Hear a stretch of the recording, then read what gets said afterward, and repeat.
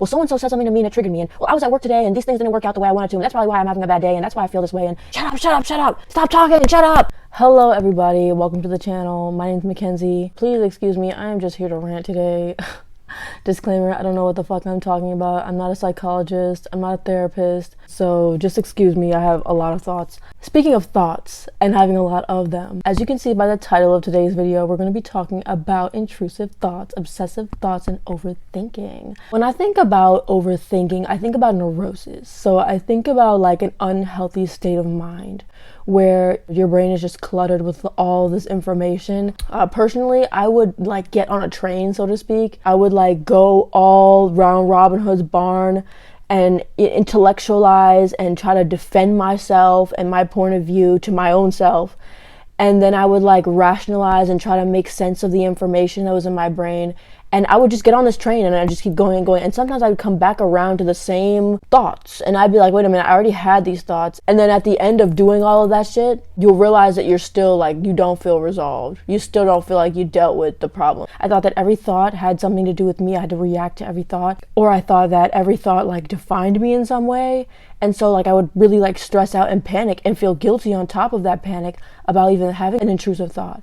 I thought that intrusive thoughts meant like I was a bad person. Like, you know, if I secretly want to do harm to other people or I secretly want to harm myself, doesn't that mean that I'm like a bad person or something, you know? If you haven't done any research or if you're not familiar with like awareness training or meditation, I would strongly recommend you check out Michael Singer's book, The Untethered Soul, and possibly The Surrender Experiment, because in those books he talks ad nauseum about the difference between your ego and yourself. So you had one side that was saying you're a good person, one side saying you're a bad person. You got that angel and the devil on each one of your shoulders, and you constantly feel like you're caught between the two and they're both telling you different things, and then there's this part of you that's like, no, both of you are wrong. And then someone else chimes in and it's like, all three of you are wrong. And so it's like, who actually are you? Like, which one of those voices are you? And in his books he tells us that none of them. We are none of those voices. You can try this experiment real quick. Just say something in your head. Like, make the voice in your head say something.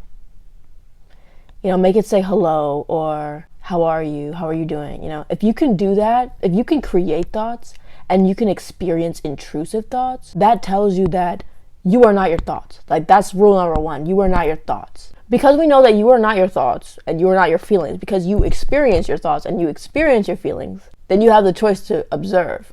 And if you have the choice to observe, you have the choice to react or not react. We tend to overthink and obsess when we are attached to something or someone. Typically, this is because we are trying to solve a problem. We think we're solving a problem, or we're trying to plan how to get our desired outcome with this specific person or thing. There is an infinite amount of thoughts, memories, feelings, ideas, you know, dialogue that you have with different people, like anything. You can spend hours of your day just going through the motions, trying to figure out what the fuck happened. Any one of your emotions, primary or secondary, can produce an infinite amount of thoughts. You just need to leave the thoughts alone. And a quote from Michael Singer's Untethered Soul is, anything you do will cause more disturbance, not less. You wouldn't touch the water to try to stop the ripples, okay? The ripples are going to do what they do and eventually they're going to settle out, but if you touch it, you're going to make it worse. He also says in his book that getting involved in the darkness does not dispel it, it only feeds it. So if you have something dark in your mind, like an intrusive thought, the attention that you give the thought can often reinforce it and then make it more of a problem than it really needs to be. You do not have to react. Okay, you do not have to react to your thoughts. You don't have to react to anything, but that's another video. You don't have to react to your thoughts. You can choose not to get sucked into whatever is going on in your brain. Intrusive thoughts are caused by suppressed emotion. Intrusive thoughts are caused by suppressed emotions. This means that every time you have a thought about stabbing somebody's dog or something really random, it's a suppressed emotion that you're not allowing yourself to feel openly. In order to deal with this feeling, this underlying feeling, you need to be able to identify it. You can't deal with something that you don't know exists, right? There's lots of different ways you can deal with your feelings. You can suppress them. You can continue to suppress them, or you can express them. You know, you can blow up in somebody's face, or you can vent to somebody, or you can write them down, journal, talk to like a voice memo type of thing. But what you want to get to is the point where you can surrender your emotions. And that requires you to look at them, allow them to take over for a minute, allow the thoughts to take over. You know, sometimes you have to cry, sometimes you'll have to vent, sometimes you'll have to journal. Sometimes it's grief. Like sometimes it's like a deep-seated grieving experience that you never actually went through. And then when you go through it, all of the thoughts, they start to just go away on their own. What I do, I'm like, okay, what is the real feeling behind these thoughts? I sit with myself, I meditate, you know, and I get myself, you know, calm and relaxed. And I ask myself, like, what is the problem? Like, what are you really feeling? Meditating when you're in this state is difficult. This is when you'll get the most intrusive thoughts because it's like, it's coming to the surface. But once you realize that you have the feeling, you can surrender it. A lot of times what people do when they start feeling a certain thing, they're like, oh, fuck, just go away, go away, go away. Because they're like, I don't have time for this right now, or I don't feel like dealing with this, or this is stupid. Why do I feel like this? If you don't have a safe space for yourself, that's self-abandonment, you know? You're not allowing yourself to be who and what you really are. You need to be willing to look at yourself and be vulnerable with yourself and be honest with yourself about what happened and what it made you feel. Even if it seems like a very mundane situation and it's like, why? Like, why do I care about this?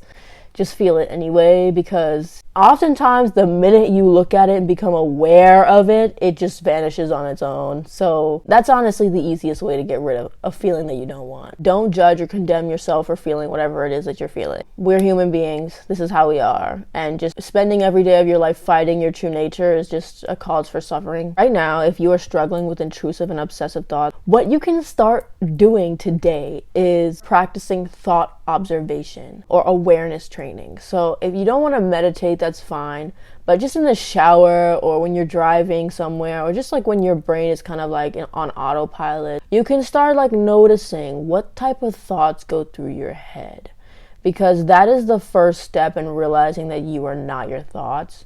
And when you realize you're not your thoughts, it is just so much more liberating, because you realize you don't have to do anything with them. You don't have to deal with them or organize them or make sense of them or rationalize them or defend them. And it's just very freeing when you realize like what's really going on, because you stop getting upset. Like you stop getting mad at yourself or feeling guilty or feeling bad. You start to realize like, oh, okay, like I know what this is and I know how to deal with it. Just treat it like an annoying like sibling or something. Like, oh, that shit's just, they're just doing what they do. You know what I mean? Like, I don't have to fucking like get involved. When you train yourself every single day, you practice training your awareness.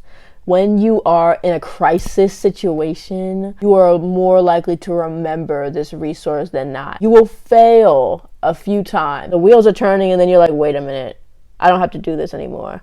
It doesn't matter when you realize, just as soon as you realize, just back away. Eventually you'll get to the point where you can just like shut thoughts off at will. Like if you have a thought you don't like, you will literally just pull your awareness back again and again until it goes away.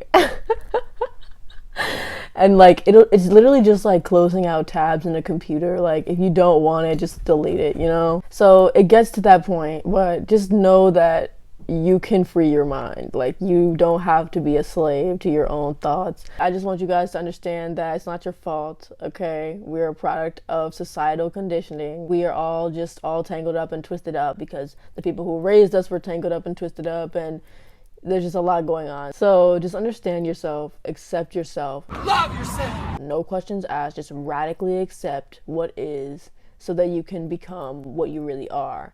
So thank you so much for watching this video. Hopefully this information was helpful. Peace and love. I will see you next time. And if you want to know more about how to surrender emotions, I strongly recommend reading David Hawkins' Letting Go.